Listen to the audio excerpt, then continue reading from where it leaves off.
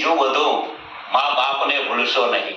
નમસ્કાર, સ્વાગત છે આપનું આરબી ન્યૂઝમાં. હું અશ્વિન રાઠોડ. જે આપણે વિસરતા જઈએ છીએ સંસ્કારોને આપણે કઈ રીતે બચાવી શકીએ એવું વ્યક્તિત્વ જે આખા ગુજરાતમાં ખૂબ નામચીન છે, નિકુંજભાઈ વેકરિયા, જે આ મા બાપને ભૂલશો નહીં એવા કાર્યક્રમો થકી જે આપણે ભૂલાઈ જાય છે સંસ્કૃતિ, એને પોતે આગળ વધારે છે. અને આપણે શા માટે આપણા મા બાપને ભૂલીએ છીએ એના એ સંસ્કારો, એના પ્રોગ્રામ થકી એ આપણામાં રેડે છે. તો નમસ્કાર, સ્વાગત કરી આપણે નિકુંજભાઈનું. નમસ્કાર, સ્વાગત છે નિકુંજભાઈ આરબી ન્યૂઝમાં. Thank you. કેટલા ટાઈમથી આ રીતના આપણે કાર્યક્રમ કરો છો મા બાપને ભૂલશો નહીં? હું સાહેબ આજથી 7 થી 8 વર્ષ થયા આ મા બાપને ભૂલશો નહીં કાર્યક્રમ કરું છું. કદાચ એકાદ દીકરાના મગજમાં જો આ વાત ફિટ થઈ જશે ને તો મારો કાર્યક્રમ સફળ થઈ જશે. અને દીકરાને લગ્ન પહેલા મા બાપ એને કોઈ વાંધો ન હોય, પણ જ્યારે લગ્ન પછી અલગ રીલ આવે ને, હા બરોબર, ત્યારે આ બધી તકલીફ પડે. કોઈને સાસુ સસરા નો ગમે, અને ગમે ત્યારે હું ગામો ગામ જાઉં છું, ગામો ગામ કહું છું કે મારી યુવાન દીકરીઓ, મારી યુવાન બહેનો આજના સમયની અંદર હારી ગાડીઓ જોઈને, મોબાઈલ જોઈને મોહી ન જાય ને. કારણ કે આજના સમયની અંદર દેખાડવાના પણ કંઈક જુદા છે અને ચાવવાના પણ કંઈક જુદા છે. જે દીકરી પોતાના મા બાપની ન થઈ ને એ સામે વાળાની કોઈ દી નહીં થાય. એ લખવું હોય તો લખી લેજો. મારા ઠાકોરજીના જન્મ લેવો હતો તો એને પણ માં યશોદાના કુખનો સહારો લેવો પડ્યો હતો. એટલે જેને જેને મા બાપની સેવા કરી છે ને એને આ દુનિયા વાળવાકો નહીં કરી શકે. અને હું પણ આજે મારી જે સફળતા છે ને એ હું ગર્વથી કહું છું કે મારા મા બાપના આશીર્વાદ છે. જેના મા બાપ પોતાના સંતાન આટલો સુખી હોય છે પણ છતાં એના જોડે નથી રહેતા, તો એના વિશે તમે શું કહેશો? આ દુનિયાની અંદર બાપ બે જ વાર રડે. એક દીકરો તડ છોડી દે, પપ્પા તમે મારા ભેગા નહીં, તેથી બાપ આ દુનિયાથી હારી જાય. અને બીજી વાર દીકરી સાસરે જતી હોય ને ત્યારે બાપ આમ ઊંચું ઉપાડીને ન જોઈ શકે. આજના સમયની અંદર દીકરા દીકરીઓ, ખાસ તો દીકરીઓ કે પોતાના મા બાપને ધાર્યું કરશે ને એ દીકરી આ સંસારની અંદર સુખી થાય. અને જેટલી પણ દીકરીએ પ્રેમ લગ્ન કર્યા છે એ કોઈ દી આ સંસારની અંદર સુખી થાય નહીં એવું મારું માનવું છે. તમે તમારા મા બાપને ન સાચવી શકતા હોય તો પૈસો શું કામનો? તો વધતા વૃદ્ધાશ્રમ વિશે તમે શું કહેશો? હવે સાહેબ આ વૃદ્ધાશ્રમ વધતા જાય છે એ આપણે નામ મર્દાંગીની નિશાની છે પુરુષોની. બરોબર. બાકી દીકરો જો 20 વર્ષ સુધી પોતાના માતા પિતા સાથે રહેતો હોય અને અચાનક 5 વર્ષનો પ્રેમ મળી જાય અને 25 વર્ષનો પ્રેમ ભૂલી જાય તો આપણી નામ મર્દાંગીની નિશાની છે.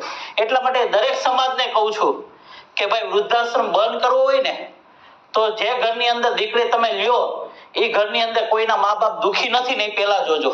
બરોબર. કોઈના સાસુ સસરા વૃદ્ધાશ્રમ નથી ગયા ને એ તમે જોજો.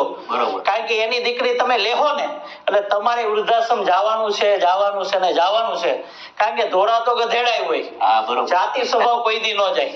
આ લખવું હોય તો લખી લેજો. બરોબર. કઈ વસ્તુને જોઈને તમને એવું થઈ ગયું કે ના હવે આપણે આ કાર્યક્રમ કરવા જોઈએ, લોકોને જાગૃત કરવા જોઈએ આ વસ્તુ વિશે? હવે સાહેબ આમાં એવું છે કે મારા મા બાપે એવું કઈક બીજ વાવ્યું છે ને તો જ મને આ વિચાર આવે, નકર નો આવે. બરોબર. અને મારા ગુરુ લક્ષ્મીચંદ બાપુ એના હાથ નીચે હું તૈયાર થયો. હું 7મો ભણતો ત્યારથી મારા મા બાપને પગે લાગીને પછી જ હું આ સંસ્થાની અંદર ગમે તે કામ કરવું હોય ને આગળ વધુ છું. કારણ કે ભગવાનથી પણ જો એક ડગલું આગળ હોય ને તો પોતાના મા બાપ હોય.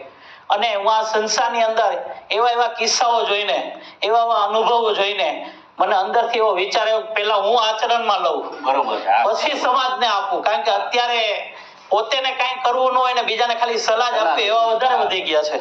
પણ મારે પેલા આચરણમાં લેવું પડે ત્યારે લોકોને લાગે કે નહીં મા બાપની શું કિંમત છે. પણ જે દીકરાએ મા બાપની છત્રછાયા ગુમાવી છે ને ગમે એટલા રૂપિયા ખર્ચો નહીં પાછી નહીં મળે. લખવું હોય તો લખી લેજો.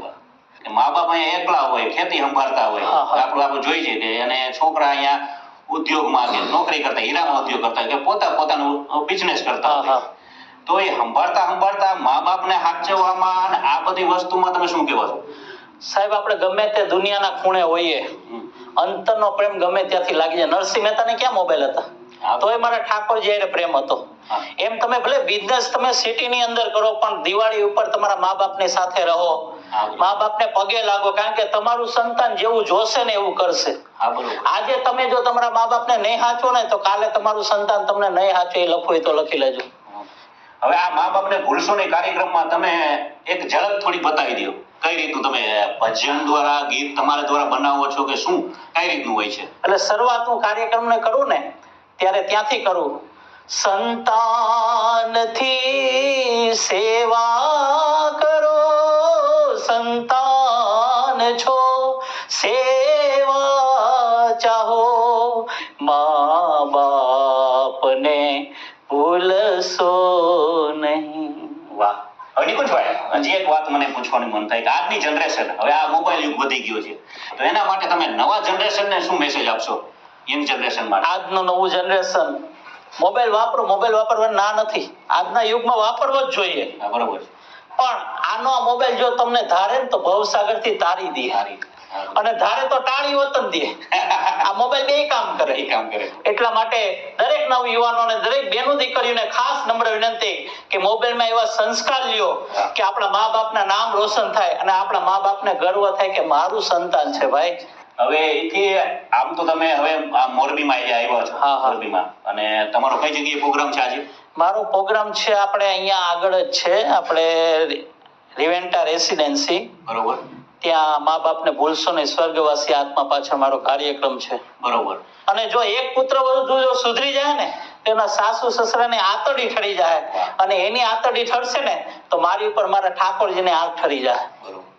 આજની માવડીઓને બે હાથ જોડીને નમ્ર વિનંતી કે દીકરી જ્યાં સુધી પિયરમાં હોય ને ત્યાં સુધી જેમ શિખામણ દેવી એમ દઈ દો. પણ સાસરે ગયા પછી વાંયથી ફોન નહીં કરતા કે દીકરા કઈ વાંધો નથી ને, કારણ કે તમારો એક ફોન છે ને જમાઈને હક નો લેવા દે, આખો સંસાર હરગાવે છે. અને આથી વિશેષ નિકુંજભાઈ, આમ તમે મોરબીમાં પહેલો પ્રોગ્રામ છે કે આના પહેલા તમે કરેલા છે? ના સાહેબ, હું આ મોરબીમાં ત્રીજી વાર આવી ગયો છું. ઓહો. હા. અને ઘણા ખરા લોકો મને ઓળખે પણ છે. બરોબર. પણ બિચારાઓને એમ થાય મીડિયા જોઈને કે આ ભાઈનું ચાર્જ કેટલું હશે. હા, બરોબર. પણ આ મીડિયાના માધ્યમથી મારે એટલું કેવું છે, ગમે તે વ્યક્તિ મને ફોન કરજો, હા. તમારા પરિસ્થિતિ જોઈને હું પ્રોગ્રામ કરી દઈશ. વાહ. બીજા નંબરમાં કોઈ કેન્સરગ્રસ્ત વ્યક્તિ હોય હા, બરોબર. તો હું એવા પણ કાર્ય કરું, જે કઈ કાર્યક્રમની અંદર જે આવક થાય છે ને એ તમામે તમામ આવક કેન્સરગ્રસ્ત વ્યક્તિને દઈને જાઉં છું. વાહ. એને નવું જીવનદાન દઈને જાઉં છું.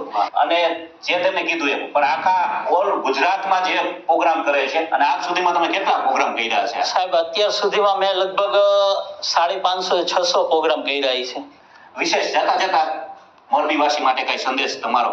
મોરબી વાસીઓને મારે ખાલી એટલું જ કહેવું કે તમારા મા બાપ જો જીવતા હોય ને તો એને ખાલી સેવા કરી લેજો, અને તમે એની સેવા કરશો ને તો મેવા જરૂર મળશે. તેમજ મારે મોરબીની નવ યુવાન દીકરીઓ આ ભાઈની બે હાથ જોડીને નમ્ર વિનંતી કે આજના ઝડપી સમયની અંદર તમે કાળનો ભોગ ન બની જાવ ને, એ ખાસ ધ્યાન રાખજો. કારણ કે આ સમાજની અંદર દેખાડવાના પણ કંઈક જુદા છે અને ચાવવાના પણ કંઈક જુદા છે. તમારા મા બાપનું માનીને તમે એના રસ્તે ચાલશો ને તો તમે સુખી થશો, એ મારી બે હાથ જોડીને નમ્ર વિનંતી. બીજા નંબરમાં તમારે કોઈ પણ ને કાર્યક્રમ કરવો હોય, કોઈ મૂંઝાતા ને એકવાર ફોન કરજો મને. બરોબર. એટલા માટે મારો મોબાઈલ નંબર નોંધી લેજો, 9978377313. ધન્યવાદ. ધન્યવાદ. તમે હતા આરબી ન્યૂઝ ચેનલ પર, યુટ્યુબ, ઇન્સ્ટાગ્રામ અને ફેસબુક પેજ ઉપર, અને હું હતો આપની સાથે અશ્વિન રાઠોડ. જય હિન્દ, જય ભારત.